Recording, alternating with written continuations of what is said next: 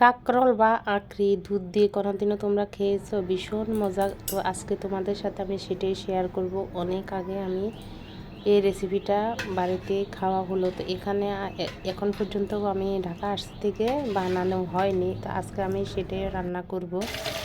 আর ডাল রান্না করব, জালি কুমড়া দিয়ে ডাল, আর হচ্ছে জালি অর্ধেকটা ভাজি করলাম আর অর্ধেকটা ডালের ভিতরে দিয়ে দিলাম।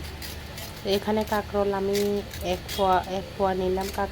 কাঁকরোল তো আমার ঘরে পছন্দই না, আমারও ভালো লাগে না কাঁকরোলটা। তো আজকে আমি কীভাবে রান্না করি আর কিভাবে রান্না করলে কাঁকরোলটা খাওয়া যায়, সেজন্যে আমি এইভাবে মানে পদ্ধতিটা নিলাম। আমি তো ভাবছি আমি এইভাবে রান্নাটা করি তাহলে খাওয়াও যাবে। তো এখন এই যে চাকু দিয়ে উপরে যে কাটা কাটা থাকে, তো সেগুলো আমি পরিষ্কার করে নিলাম, পরিষ্কার করে ধুয়ে চাক চাক করে কেটে নিলাম।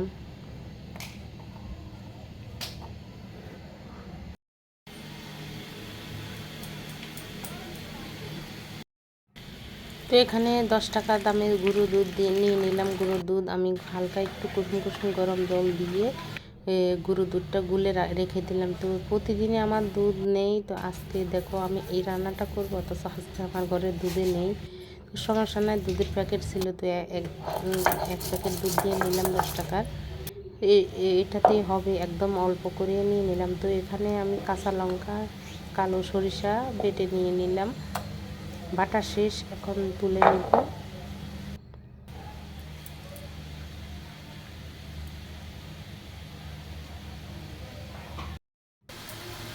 কড়াইতে সরিষার তেল দিয়ে দিব। কাঁকরোলটা হালকা একটু লবণ হলুদ দিয়ে ভেজে নেব, যাতে এমন ভাজতে হবে যাতে মানে ভাজার সঙ্গে সিদ্ধ হয়ে যায় কাঁকরোল। তো এই এখন কাঁকরোলগুলো সব দিয়ে দিব।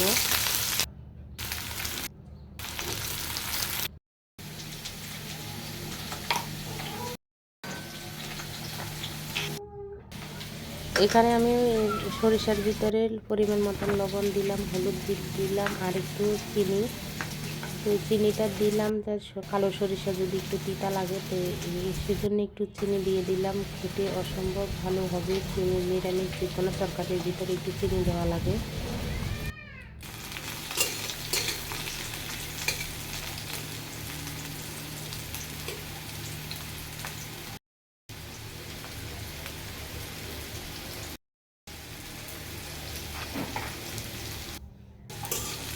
সামান্য একটু হলুদ দিয়ে দিলাম আর একটু লবণ দিলাম।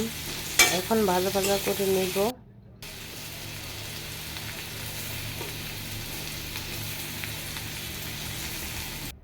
কাঁকরোলটা খুব ভালোভাবে সিদ্ধ করে নিলাম, এখন তুলে নেব।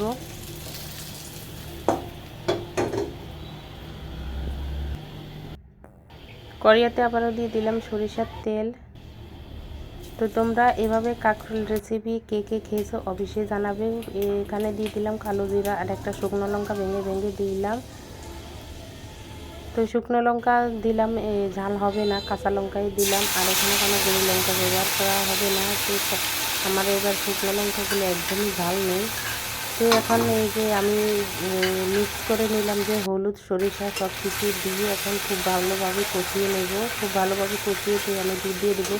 তো তোমাদের কাছে মানে যে কোনো দুধ দিয়ে হবে, নারকেল দুধ হোক আর গরুর দুধ হোক বা পাউডারের দুধ, একরকমের হলেই হবে। নারকেলের দুধেও ভীষণ মজা হয়। তো গ্রাম অঞ্চলে কিন্তু নারকেল দুধ দিয়ে এই কাঁকরোলটা রান্না করা হয়।